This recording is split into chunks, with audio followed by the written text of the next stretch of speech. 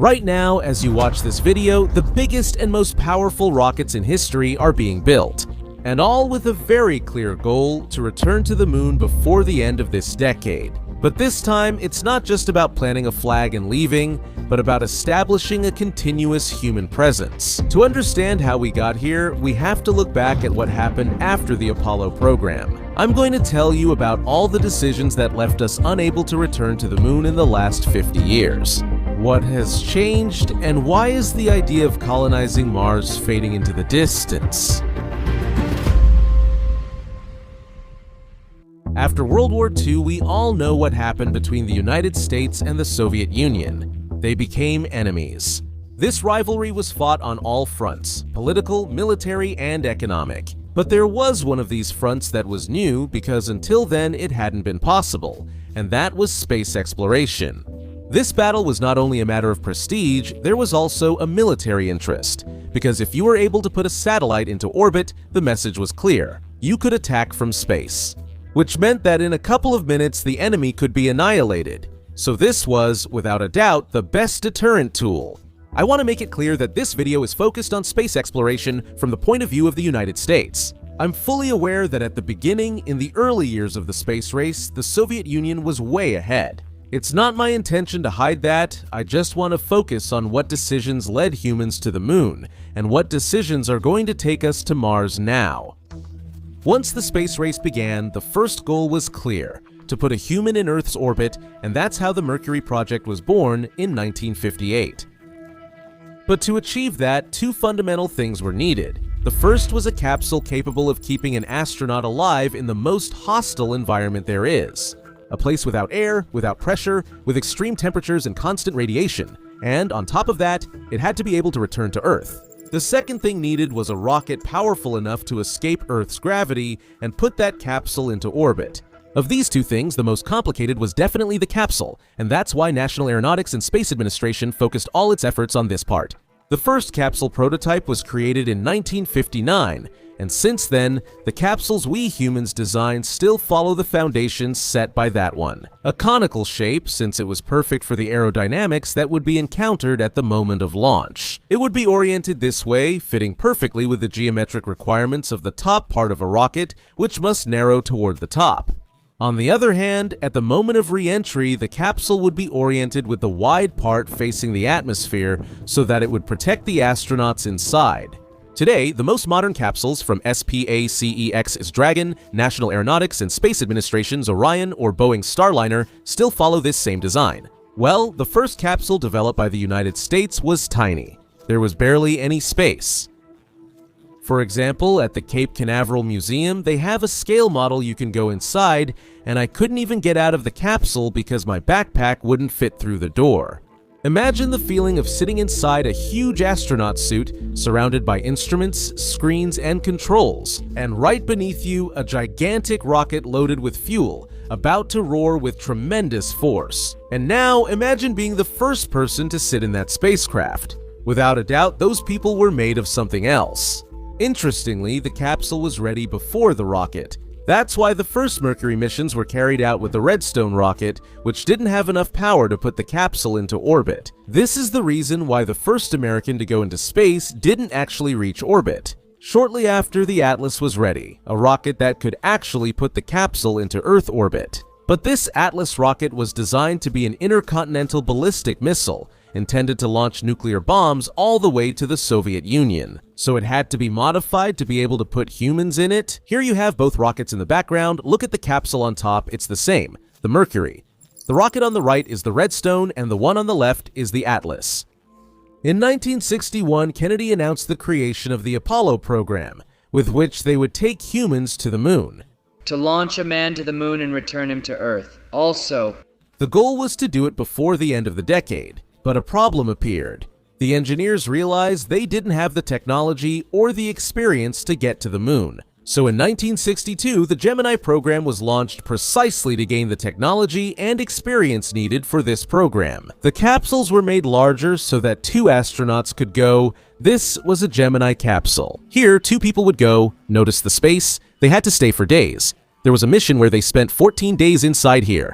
One of the challenges of the Gemini missions was living for several days in space.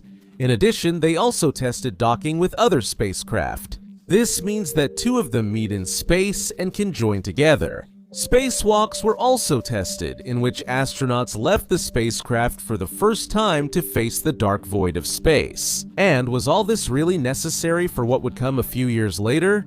For the Apollo program, there were three major challenges in the design. The first was creating a spacecraft large enough for 3 astronauts. And it had to have all the safety systems so that they could go to the moon, since up until now, the spacecraft had only been in Earth orbit. The second major challenge was to get a rocket capable of taking 3 astronauts to the moon. The power needed was much greater than just putting a spacecraft into orbit. The third challenge was the design of a lunar lander capable of landing on the surface of the moon and ascending back to dock again with the spacecraft. For the first challenge, they thought of a capsule that would be docked to another module, with the necessary systems for the mission, such as oxygen tanks, hydrogen tanks, spacecraft control systems, and so on. The service module with the command module? No. Seeing these two modules docked in person really surprised me with their size. I never thought they would be so big.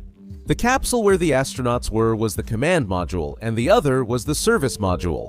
But keep in mind, this one wasn't accessible during the mission. It wasn't pressurized. So, when returning to Earth, this module would separate, and only the command module would re-enter the Earth, protecting the astronauts with a heat shield. The design of the rocket was extremely complex, since an enormous amount of power was needed for it. The United States appointed von Braun as the head of the project, the German chief engineer during World War II who worked on building the V-2. The V-2 was a rocket used by the Germans, which they launched from the European continent, usually towards Great Britain, to hit anywhere. At the end of the war, the Americans and the Soviets did everything possible to obtain the knowledge the Germans had regarding science and technology. The United States managed to get the head of the V-2 program, and it was he who took the position. Later, he led the rocket that took humans to the moon. Okay, look, now I have the Saturn V lying above me. You can see the engines here. My God, the size is absolutely gigantic. It doesn't make any sense how big it is. Please appreciate the immensity of this rocket. If you walk underneath it, it takes you a while to get from one end to the other. Really, anyone would have to be here to understand it, because if you just see it in a video and see a person standing nearby and all that. But when you're here, you know perfectly well your own size, and you see something that's 5 meters away and you can see it clearly. Do you understand the size of that colossal thing? But before that rocket was ready to launch, a smaller version was made so the astronauts could train in Earth's orbit. This was the Saturn 1B. For the last big challenge, a lunar module was designed that would be housed right in this narrow part of the Saturn V. It may look small from a distance, but remember, the rocket is immense. To give you an idea of the real size, here I am right in the area where the lunar module would go, in that space.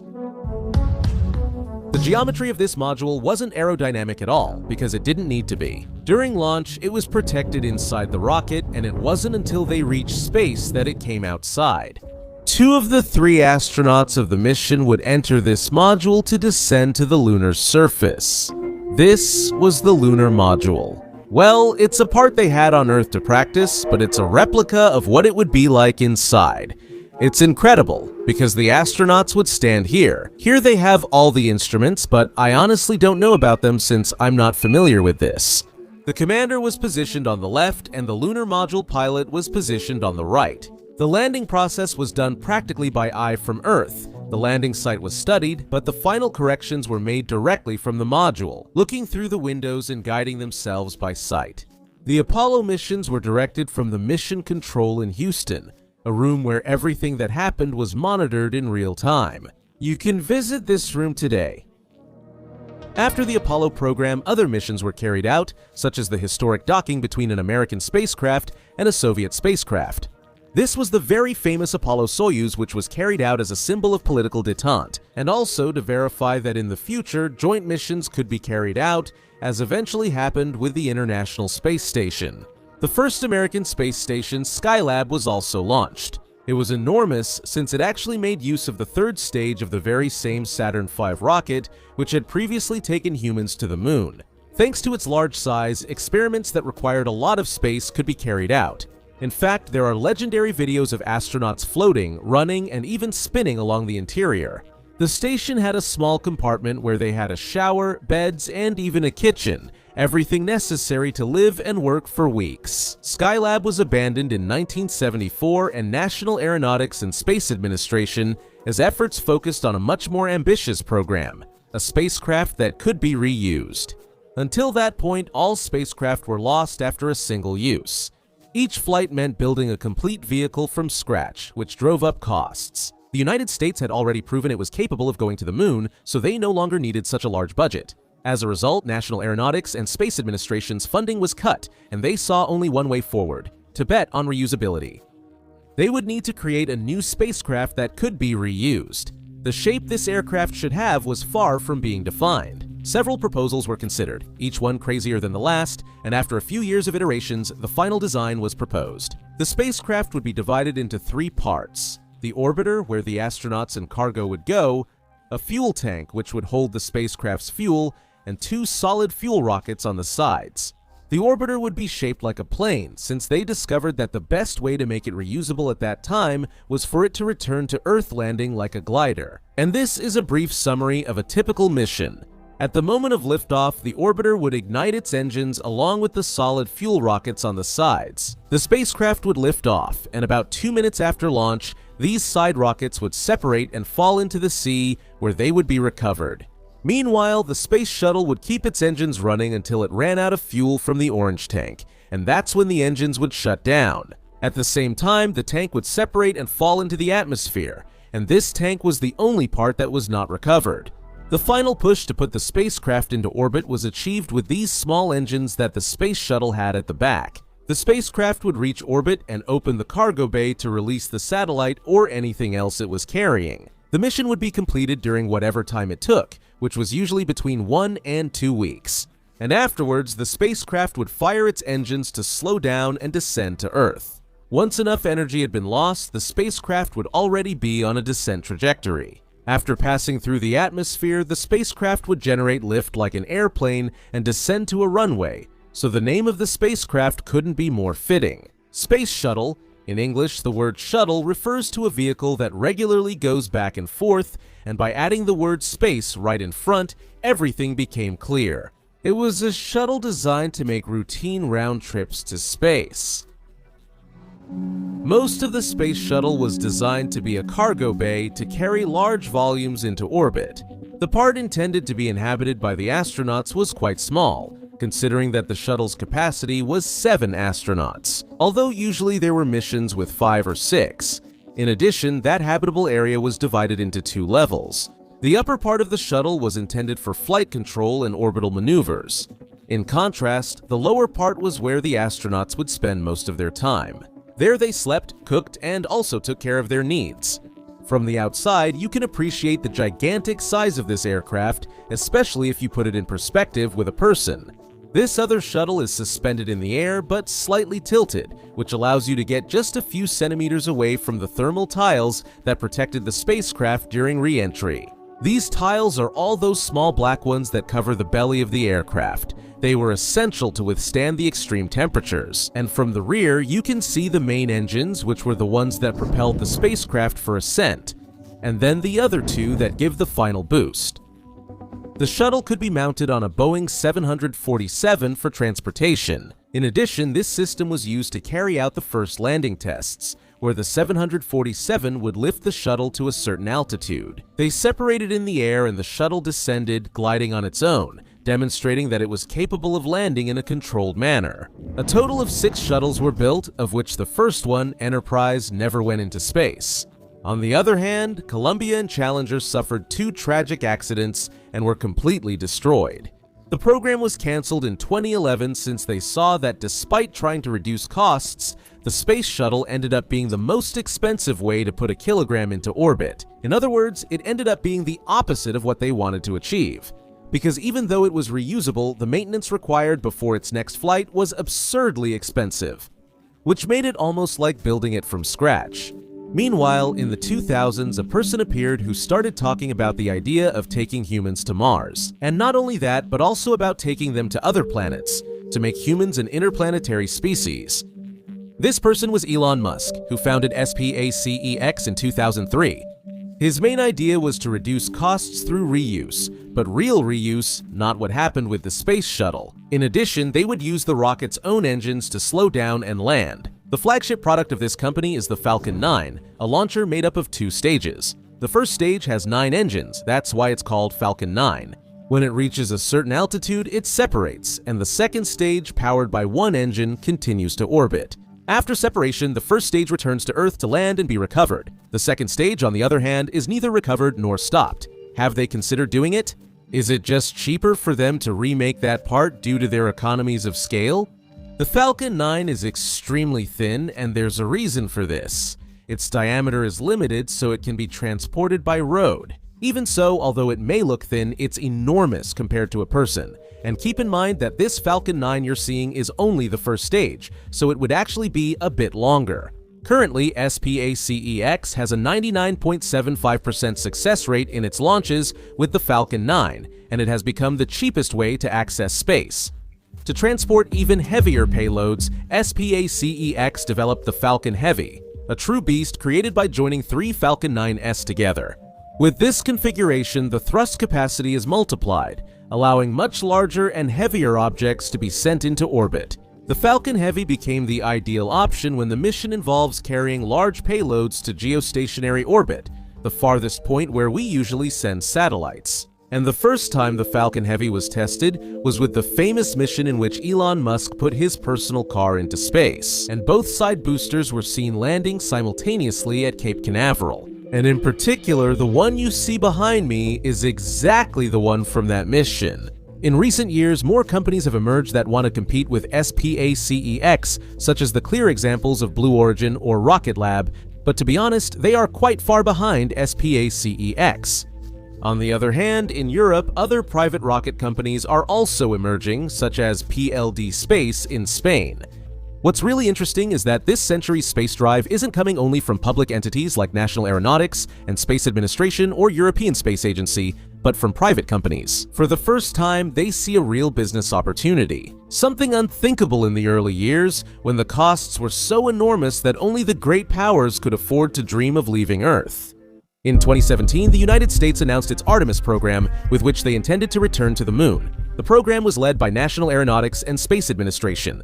But this time, they would directly rely on these private companies, which now would have a say and a vote in the program. The rocket in charge of taking the astronauts to the moon would be the Space Launch System, a rocket led by National Aeronautics and Space Administration, with a lot of reuse from the Space Shuttle program. For example, the engines are the same as those of the Space Shuttle, as well as the solid fuel rockets that go on the sides. This is with the goal of finally reducing costs, but surprise, prices are already skyrocketing, and the best part is, the Space Launch System is not reusable. This launcher is assembled in National Aeronautics and Space Administration's iconic building at Cape Canaveral. But of course, a lot of people don't understand anything at all, because at the same time, about 1,600 km to the west, SpaceX is building the ultimate monster, Starship. We've arrived.